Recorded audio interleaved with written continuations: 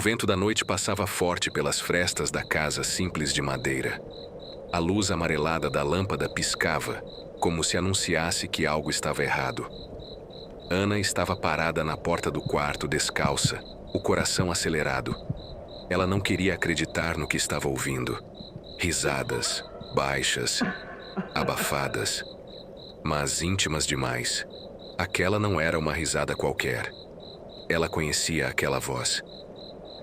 "Carlos, para", disse uma voz feminina, em tom provocante. Ana sentiu o corpo inteiro gelar.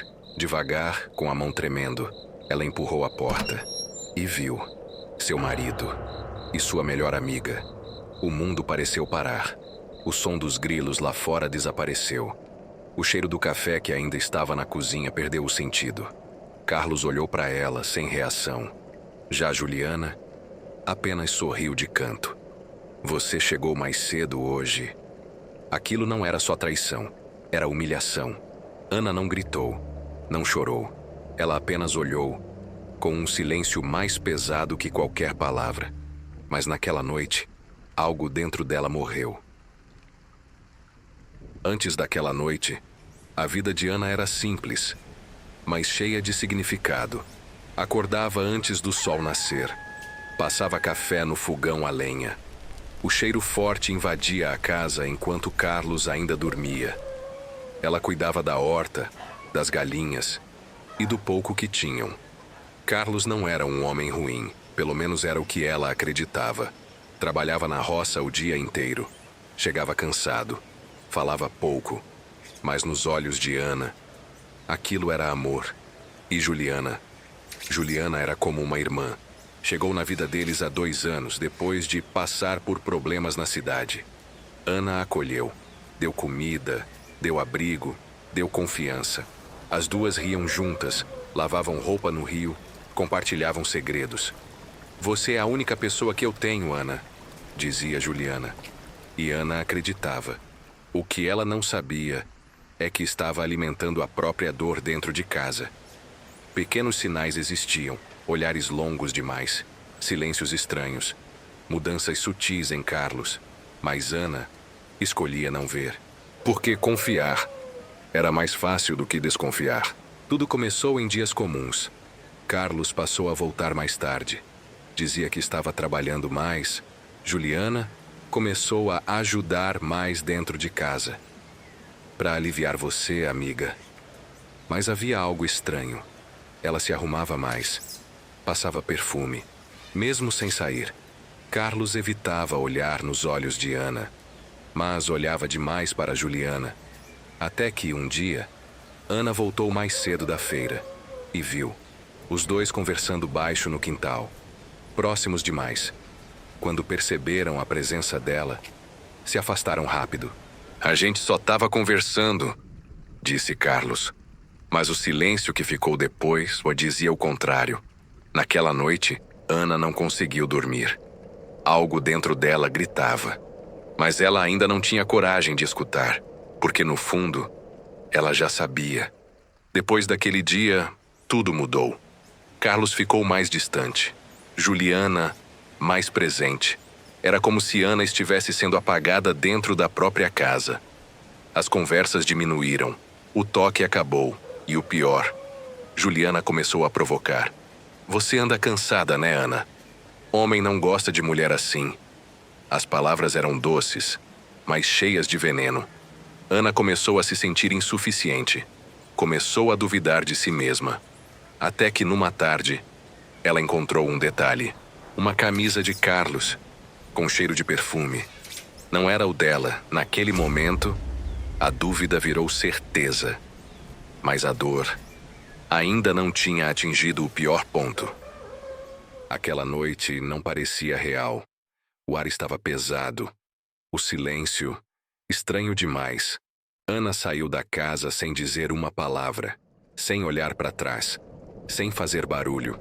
A porta ficou aberta, mas ela não voltou. Os pés descalços tocavam a terra fria da estrada. Cada passo parecia mais lento que o outro. O vento batia forte no rosto, levava embora o calor, mas não a dor. Ela caminhava, sem destino, sem saber para onde ir. Só sabia que não podia ficar ali, naquela casa, onde tudo tinha sido quebrado. As imagens voltavam na mente dela, como se não quisessem ir embora. Os olhares, o silêncio, aquela sensação de ser substituída, dentro da própria vida. E então, as lágrimas vieram, lentas no começo, depois, impossíveis de segurar. Mas não era só tristeza, era algo diferente, mais pesado, mais fundo. Era revolta, era o peso de ter confiado, de ter acolhido, de ter aberto a porta para a própria destruição. Ana parou no meio da estrada. O céu estava escuro, sem estrelas, só o som do vento e da respiração dela. Ela fechou os olhos e naquele momento, algo mudou. A dor ainda estava lá, mas já não dominava. Ela respirou fundo e abriu os olhos de novo. Agora, diferente, mais fria, mais firme, mais forte. Naquela madrugada, Ana tomou uma decisão. Ela não iria fugir, não iria desaparecer, não iria implorar por nada, porque tudo que ela deu foi verdadeiro e quem perdeu não foi ela. Ela levou a mão ao rosto, limpou as lágrimas e pela primeira vez naquela noite, ficou em silêncio. Mas não um silêncio de dor, um silêncio de decisão. Ela virou o corpo e começou a caminhar de volta. Dessa vez, com outro olhar. Dia amanheceu devagar, como se o mundo não soubesse que ali dentro tudo tinha mudado. A luz entrou pela janela, iluminando a casa simples. Tudo estava no lugar, mas nada era igual. Ana já estava acordada, sentada, em silêncio, o olhar perdido, mas firme. Ela se levantou, fez café, como sempre fazia, mas dessa vez, sem pressa, sem distração. Cada movimento era preciso, controlado, como se ela já soubesse exatamente o que faria.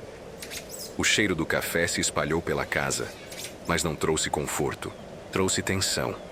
Carlos acordou, saiu do quarto devagar, o rosto cansado, mas agora carregado de culpa. Ele olhou para Ana, tentou dizer algo, mas não conseguiu. As palavras não saíam. Juliana apareceu logo depois, arrumada, tentando manter a postura. Mas os olhos já não escondiam o nervosismo. Ela percebeu. Algo estava diferente, muito diferente. Ana colocou as xícaras na mesa, sentou e ficou em silêncio, esperando, não por explicações, mas pelo momento certo. Carlos puxou a cadeira, sentou devagar. Juliana fez o mesmo. E então, o silêncio tomou conta, pesado, sufocante, até que Ana levantou os olhos e encarou os dois, sem desviar, sem hesitar, sem medo. Eu passei a noite inteira pensando... A voz saiu calma, mas carregada.